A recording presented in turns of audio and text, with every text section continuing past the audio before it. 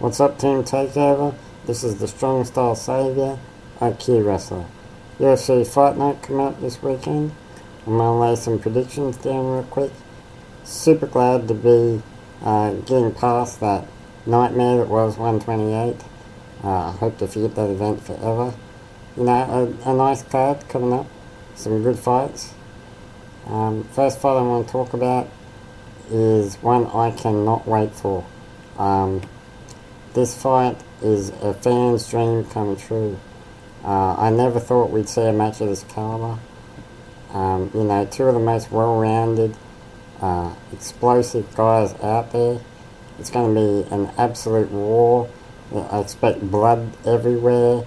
You know, fuck your Fedoras and your fucking Fabricio Verdums.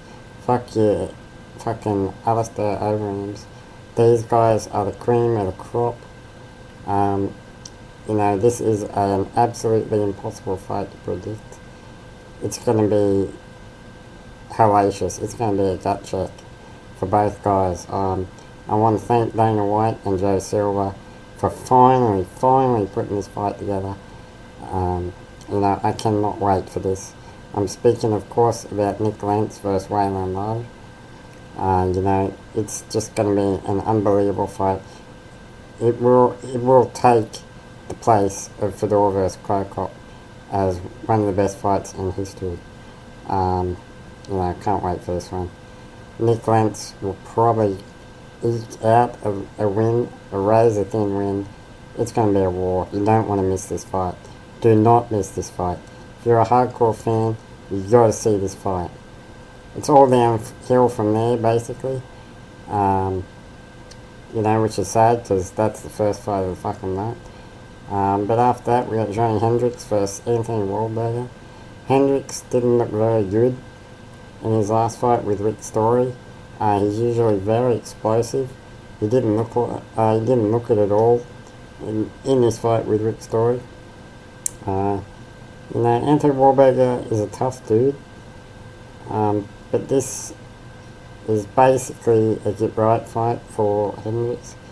It'll be a tough fight, but I think Hendricks has enough dynamite in his hands to put away Wahlberger sometime in round 2 or maybe 3. Next fight is a good one. It'll be the Royval with cheese, Michael McDonald, going up against undefeated Edwin Figueroa. Royval with cheese is a really good up-and-comer. He's got some great skills. None of his fights have been to decision, I believe. He only has one loss. You know, he's an up-and-comer to watch for sure. He's going up against 7-0 Edwin Figueroa. I've never seen Figueroa fight before. But just looking at his record, the guys he's fought aren't, you know, they're not very good. But you never know with undefeated fighters. But I think Michael McDonald here, he's got a lot more experience, and he should win this fight. Then we got Mike Russo versus John Madison. Russo has a fucking Fujita skull, man. That guy can take a licking and keep on ticking. He's going to go up against John Madison, who is fucking boring. You know, I hope Russo wins, because I like the guy. He's got fucking guts. He's got guts. He might win by knockout, I think. His wrestling is good. His wrestling is pretty underrated. Todd Duffy, you know, he has good wrestling, and you know, couldn't really do anything with Russo. You know, so I'll be going for Russo here. Can't stand John Madison. Battle of the New Breed, Sean McCorkle versus Christian Moorcraft. Who really gives a shit? Does anyone care? Seriously? McCorkle is a fucking troll. Moorcraft was destroying Stephen Struve before he got fucked up. He got fucked up bad. You know, this is a tough one to call, because I don't really care, basically. I will say McCorkle by a submission. You know, his ground game's halfway decent. So, we'll go McCorkle. Then we got Bruce Leroy versus Mackins, the Mac Simazar. Simazar is a really good fighter. I think he's pretty fucking underrated. He swings for the fences. He's got some good wrestling. I feel like he got gypped a little bit in the fight with Cub Swanson. Of course, Bruce Leroy from Tough. You know, Dana really likes this guy. I like him too. You know, he's a funny dude. But we haven't really seen what his skill level is yet. You know, you get a rough idea from the Ultimate Fighter. But it's hard to judge. And Mackin Simazar is a very tough test for such an inexperienced guy. I don't know. You know, Bruce Leroy could surprise us and be really good, but I think Mackins is going to give him a rude welcoming and put him away in round 1 by knockout. He's got some hard hands. Next fight is the Return of the Living Dead. It's going to be Leonard Garcia, the Ozone Destroyer, versus Chan Sung, the Korean Zombie Jung. Massive Jung fan. Love the Korean Zombie. I'm sure most fans do. The guy is fucking heart. He is heart, all heart. Garcia, you know, got fucking lucky. So lucky in the first fight with Korean Zombie. I don't think he will this time. And I don't think this is going to be like the first fight at all. Korean Zombie has a really underrated ground game here.